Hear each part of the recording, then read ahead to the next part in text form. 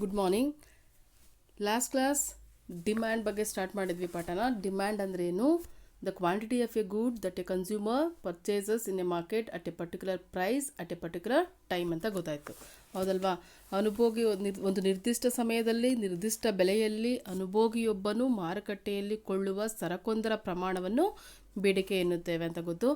Next, determinants of demand. ಬೇಡಿಕೆಯ ನಿರ್ಧಾರಕಗಳು ಯಾವುದ್ಯಾವುದು ಅಂತ ಗೊತ್ತಾಯಿತು. 4 ಬೇಡಿಕೆ ನಿರ್ಧಾರಕಗಳು ನಿಮ್ಗೆ ಗೊತ್ತು. First one, the price of the good, price of the good ಸರಕಿನ ಬೆಲೆ. Second, the prices of other goods, ಇತರ ಸರಕುಗಳ ಬೆಲೆಗಳು. ನೆಕ್ಸ್ಟ್, ದ ಕನ್ಸ್ಯೂಮರ್ಸ್ ಇನ್ಕಮ್, ಅನುಭೋಗಿಯ ಆದಾಯ. ಫೋರ್ತ್, ಅವನ ಅಭಿರುಚಿಗಳು ಮತ್ತು ಆದ್ಯತೆ, ಟೇಸ್ಟ್ ಆ್ಯಂಡ್ ಪ್ರಿಫರೆನ್ಸ್. ಇಷ್ಟು ಬೇಡಿಕೆಯನ್ನು ನಿರ್ಧಾರ ಮಾಡುವಂಥ ಅಂಶಗಳು ಅಂತ ಗೊತ್ತಾಯಿತು. ನೆಕ್ಸ್ಟ್ ನಾವು ಕಲಿತಾ ಇರೋದೀಗ ಡಿಮ್ಯಾಂಡ್ ಫಂಕ್ಷನ್. ಡಿಮ್ಯಾಂಡ್ ಫಂಕ್ಷನ್ ಬೇಡಿಕೆ ಬಿಂಬಕ ಅಂದರೆ ಏನು ಅಂತ. ಬೇಡಿಕೆ ಬಿಂಬಕವು ಬೇಡಿಕೆಯ ಪ್ರಮಾಣ ಮತ್ತು ಅದರ ಈ ನಿರ್ಧಾರಕಗಳ ನಡುವಿನ ಸಂಬಂಧವನ್ನು ತಿಳಿಸುತ್ತದೆ. ಇಲ್ಲಿ ನೋಡಿ, ನಿಮಗೆ ನಿರ್ಧಾರಕಗಳು ಗೊತ್ತಾಯಿತು, ಡಿಟರ್ಮಿನೆಂಟ್ಸ್ ಆಫ್ ಡಿಮ್ಯಾಂಡ್ ಗೊತ್ತಾಯಿತು ಅಂದಾಗ ಡಿಮ್ಯಾಂಡು ಮತ್ತು ಡಿಟರ್ಮಿನೆಂಟ್ಸ್ ಆಫ್ ಡಿಮ್ಯಾಂಡ್ ನಡುವೆ ಇರೋ ಸಂಬಂಧವನ್ನು ತಿಳಿಸೋದೇ ಬೇಡಿಕೆ ಬಿಂಬಕ, ಹೌದಲ್ವಾ? ನೋಡಿ ಇಲ್ಲಿ ಏನು ಹೇಳ್ತಾರೆ ನೋಡಿ. The demand function shows the relationship between the quantity demanded and its determinants, ಹೌದಲ್ವಾ? ದ ಡಿಮ್ಯಾಂಡ್ ಫಂಕ್ಷನ್ ಶೋಸ್ ಏನನ್ನು ತೋರಿಸುತ್ತೆ ಡಿಮ್ಯಾಂಡ್ ಫಂಕ್ಷನ್ ಅಂದರೆ the relationship between the quantity demanded. The relationship between ಯಾವುದ್ರ ನಡುವೆ quantity demanded and its determinants. ನಿಮಗೆ determinants of demand ಗೊತ್ತಾಯಿತು ಅಂದಾಗ ಡಿಮ್ಯಾಂಡ್ಗೂ ಡಿಟರ್ಮಿನೆಂಟ್ಸ್ ಆಫ್ ಡಿಮ್ಯಾಂಡ್ಗೂ ಇರುವಂಥ ಸಂಬಂಧವನ್ನು ತೋರಿಸೋದೆ ಡಿಮ್ಯಾಂಡ್ ಫಂಕ್ಷನ್ ಅಲ್ವಾ? It can be expressed as follows. Q D equals function of P, P R, Y, T and ಮತ್ತಿನ್ನು ಹಲವು ವಿಷಯಗಳಿರುತ್ತೆ. ಆದರೆ ನಾವಿಲ್ಲಿ ಮೇಯ್ನಾಗಿ ಡಿಟರ್ಮಿನೆಂಟ್ಸ್ ಆಫ್ ಡಿಮ್ಯಾಂಡ್ ಅಂದರೆ price of related goods, income and taste and preference ಅಂತ ಗೊತ್ತು. ಈಗ ಕನ್ನಡದಲ್ಲಿ ಏನು ಹೇಳ್ತಾರೆ ನೋಡಿ. ಕನ್ನಡದಲ್ಲಿ ಬೇಡಿಕೆ ಬಿಂಬಕವು ಬೇಡಿಕೆಯ ಪ್ರಮಾಣ ಮತ್ತು ಅದರ ನಿರ್ಧಾರಕಗಳ ನಡುವಿನ ಸಂಬಂಧವನ್ನು ತಿಳಿಸುತ್ತದೆ. ಬೇಡಿಕೆ ಬಿಂಬಕ ಏನನ್ನು ಹೇಳುತ್ತೆ? ಬೇಡಿಕೆ ಪ್ರಮಾಣ ಮತ್ತು ಅದರ ನಿರ್ಧಾರಕಗಳ ನಡುವಿನ ಸಂಬಂಧವನ್ನು ತಿಳಿಸುತ್ತದೆ. ಅಂದರೆ ಏನರ್ಥ? ಡಿಮ್ಯಾಂಡು ಮತ್ತು ಅದನ್ನು ನಿರ್ಧಾರ ಮಾಡುವಂಥ ಅಂಶಗಳು ಯಾವುದ್ಯಾವುದು? ಪ್ರೈಸ್, ವಸ್ತುವಿನ ಬೆಲೆ ಮತ್ತು ಇತರ ವಸ್ತುಗಳ ಬೆಲೆಗಳು, ಮತ್ತು ಅನುಭೋಗಿಯ ಆದಾಯ. Next taste and preference. ಈ 4 ಏನಿದ್ದಾವೆ ಅವು ಡಿಮ್ಯಾಂಡನ್ನು ಹೇಗೆ ನಿರ್ಧಾರ ಮಾಡ್ತವೆ ಅಥವಾ ಡಿಮ್ಯಾಂಡ್ ಮೇಲೆ ಹೇಗೆ ತಮ್ಮ ಪ್ರಭಾವವನ್ನು ಬೀರ್ತವೆ ಅಂತ ಹೇಳೋದೆ, ಅಥವಾ relationship between the quantity demanded and its determinants, ಇದನ್ನು ತಿಳಿಸೋದೆ ಬೇಡಿಕೆ ಬಿಂಬಕ. ಅದನ್ನು ಹೇಗೆ ಬರಿತೀವಿ? Q D equals function of P, P R, Y and T. ಮತ್ತು ಇನ್ನೂ ಎಷ್ಟೋ ನಿರ್ಧಾರಕಗಳಿದ್ದಾವೆ, ಆದರೆ ನಾವು ಇಂಪಾರ್ಟೆಂಟಾಗಿ ಯಾವ್ದು ಅಂತೀವಿ? P, P R, Y, T.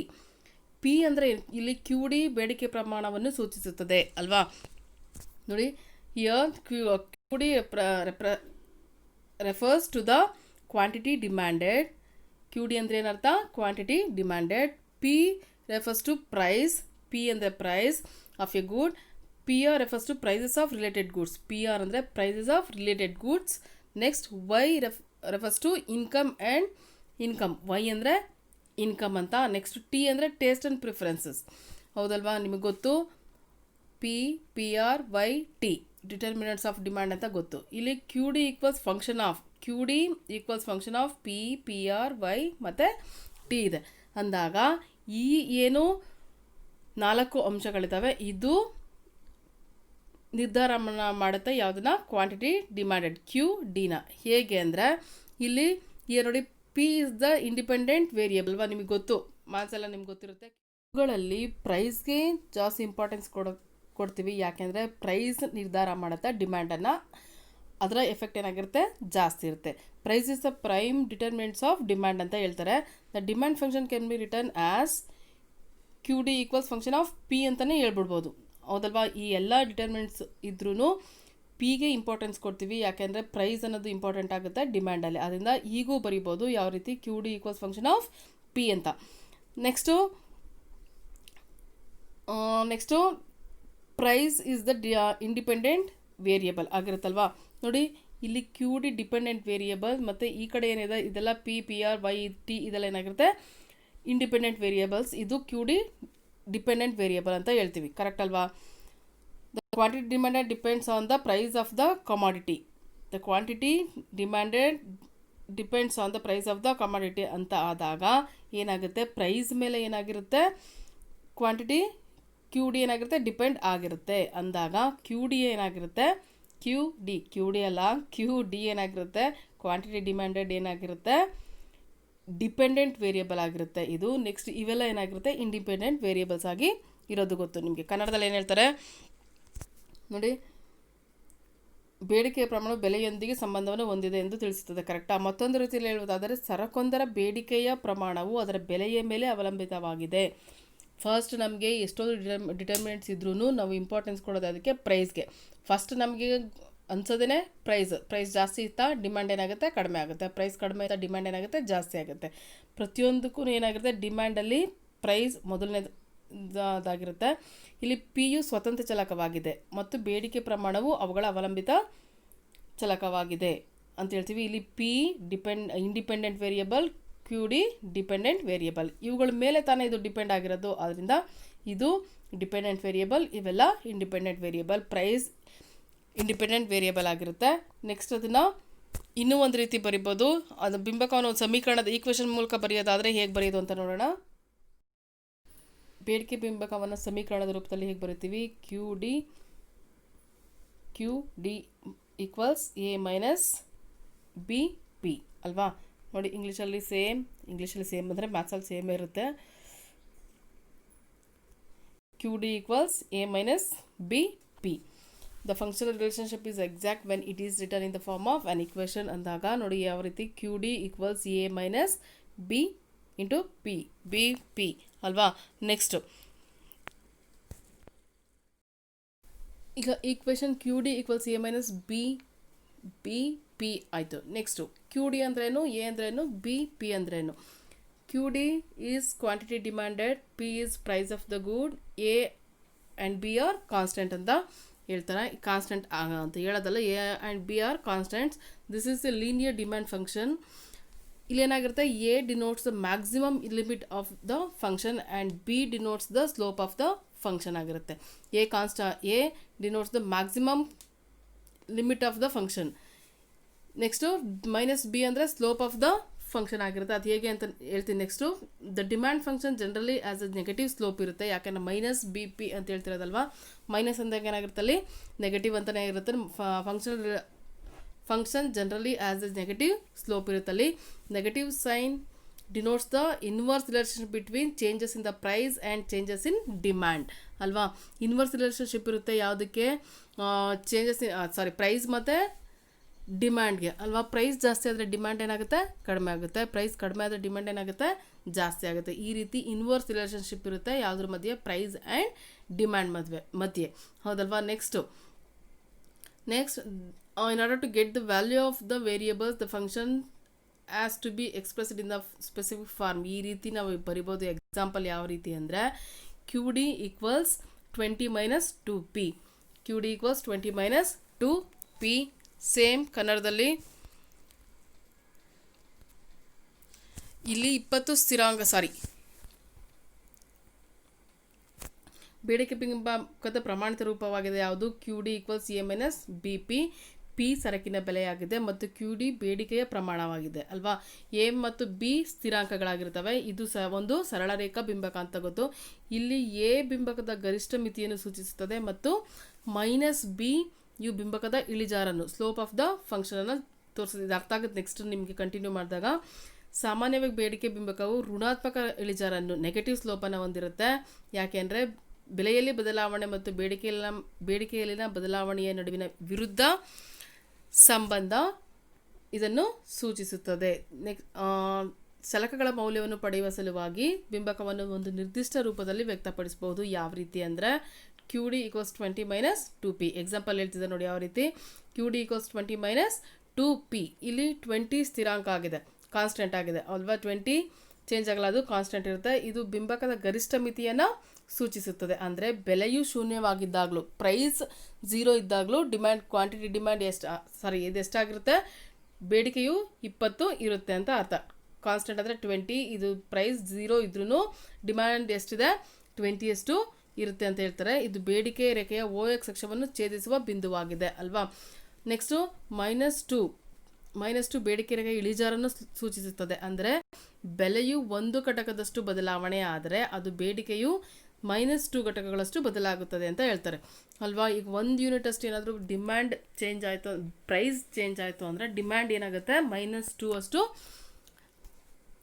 ಬದಲಾಗುತ್ತೆ ಅಂತ ಹೇಳ್ತಾರೆ. ಅದು ನೆಕ್ಸ್ಟ್ ನಿಮ್ಗೆ ಹೇಳ್ತೀನಿ ಹೇಗೆ ಅಂತ. ನೆಕ್ಸ್ಟ್ ಅದನ್ನು ಒಂದು ಎಕ್ಸಾಂಪಲ್ ಕೊಟ್ಟು ಎಕ್ಸ್ಪ್ಲೈನ್ ಮಾಡೋದಾದರೆ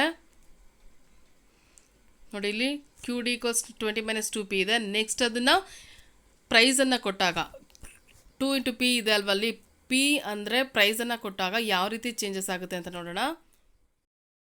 ಪ್ರಾಬ್ಲಮ್ನ ಕೊಟ್ಟಿದ್ದಾರೆ, ಹೇಗೆ ಡಿಮ್ಯಾಂಡ್ ಚೇಂಜ್ ಆಗುತ್ತೆ ಪ್ರೈಸ್ ಚೇಂಜ್ ಆದಾಗ.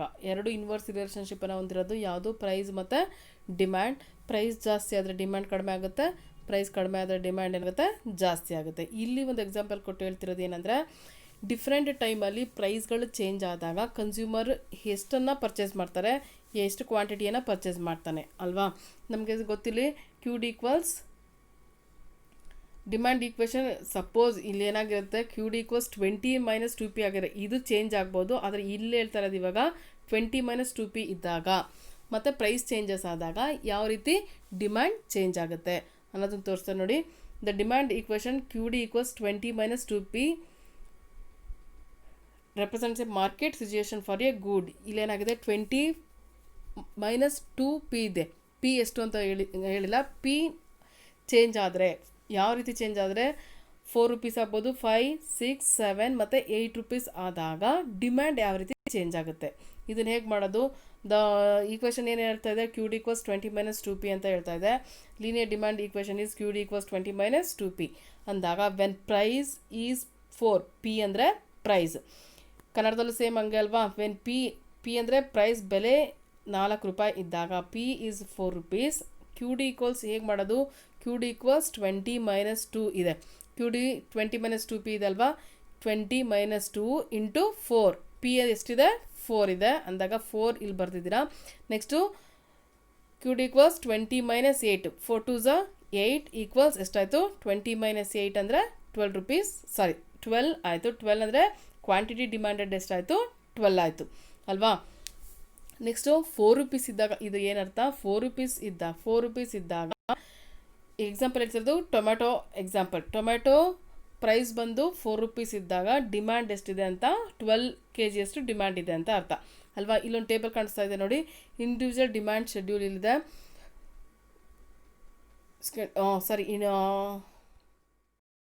ಪ್ರೈಸ್ ಮತ್ತು ಪ್ರೈಸ್ ಒಂದು ಕಾಲಮ್ ಇದೆ, ಡಿಮ್ಯಾಂಡ್ ಒಂದು ಕಾಲಮ್ ಇದೆ ಅಲ್ವಾ.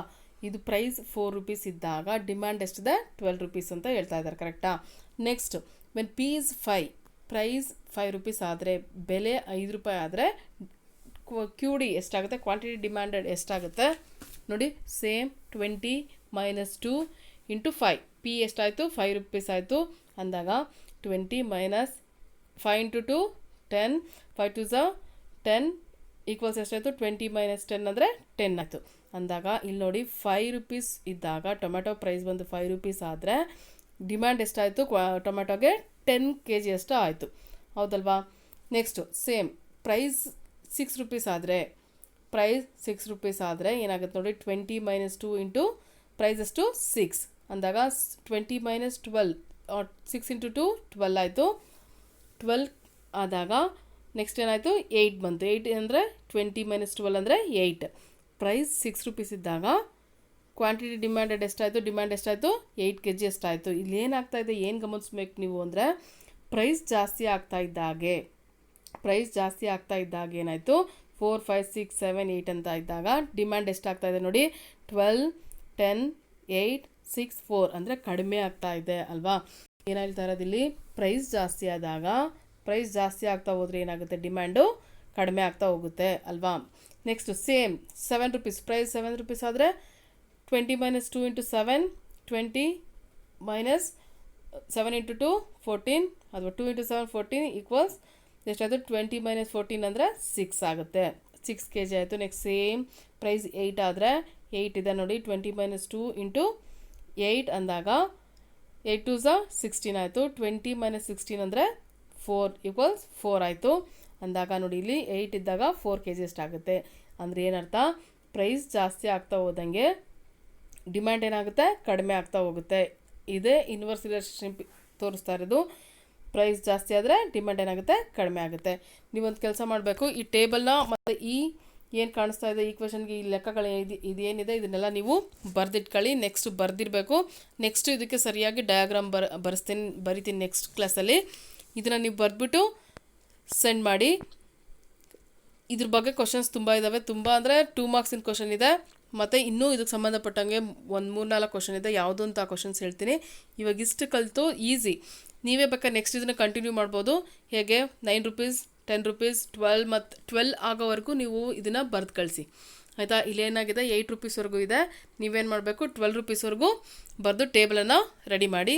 ಆ 12ಗೆ ಬರೆಯೋದು ಬೇರೆ ಟೇಬಲಲ್ಲಿ ಬರೀರಿ. ಈ 8ವರೆಗೂ ಇದೇನಿದೆ ಇದನ್ನು ಮಾತ್ರ ಸಪ್ರೇಟ್ ಬರೀರಿ. ಯಾಕೆಂದರೆ ನೆಕ್ಸ್ಟ್ ಡಯಾಗ್ರಾಮ್ ಬರೋದು ಇಲ್ಲಿವರೆಗೂ ಮಾತ್ರ ಇರುತ್ತೆ. ಅದನ್ನು ನೆಕ್ಸ್ಟ್ ಕ್ಲಾಸಲ್ಲಿ ಹೇಳ್ತೀನಿ. ನೀವೀಗ ಇದನ್ನೇ ಒಂದು ಟೇಬಲ್ ಮಾಡಿ. ಯಾವುದು 4 ರೂಪೀಸ್ ಇದ್ದರೆ 5 ರೂಪೀಸ್ ಇದ್ದರೆ 6 7 8 ಇದ್ದರೆ ಈ ಟೇಬಲ್ ಆಗುತ್ತೆ. ನೆಕ್ಸ್ಟ್ ಇನ್ನೊಂದು ಟೇಬಲ್ ಮಾಡಬೇಕು ನೀವು. ಯಾವುದು ಸೇಮ್ ವೆನ್ ಪ್ರೈಸ್ ಇಸ್ 9 10 11 12 ಮತ್ತು 13ವರೆಗೂ ಮಾಡಿಬಿಟ್ಟು ಬೇರೆ ಟೇಬಲ್ನ ಬರೆದು ಸೆಂಡ್ ಮಾಡಿ.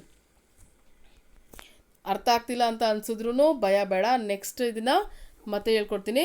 ಅರ್ಥ ಆಗೋಕ್ಕೇನು ಇಲ್ಲ, ನಿಮಗೆ ಮ್ಯಾಥ್ಸಲ್ಲಿ ನಿಮಗೆ ಇನ್ನು ಜಾಸ್ತಿ ಗೊತ್ತಿರುತ್ತೆ.